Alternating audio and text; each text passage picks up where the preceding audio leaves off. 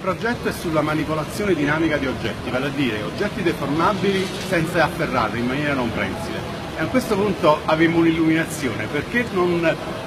utilizzare la pizza per dimostrare la validità dei nostri approcci, delle nostre teorie? Però da un bravo pizzaiolo napoletano noi possiamo imparare con i movimenti più destri, più agili, che poi consentiranno al nostro robot di applicare queste tecniche per altri scopi, per esempio la manipolazione di organi che sono oggetti deformabili,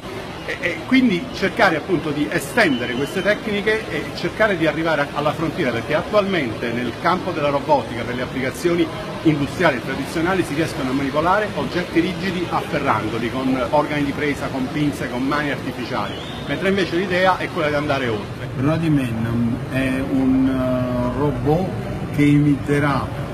cercherà di imitare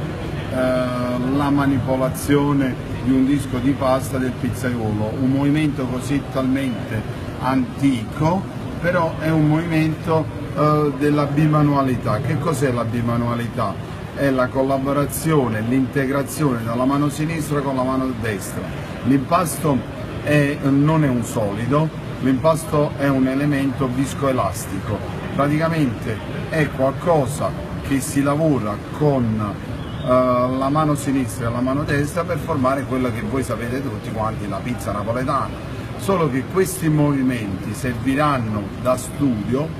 a un discorso di bioingegneria per trasformarli sulle protesi, che significa che un oggetto mollo, come può essere una pagnotta, deve essere studiato dal movimento dei polpastrelli, dalla rotazione del polso, dal movimento del gomito, dall'afferrare il disco di pasta, tutta una serie di operazioni che vengono sviluppate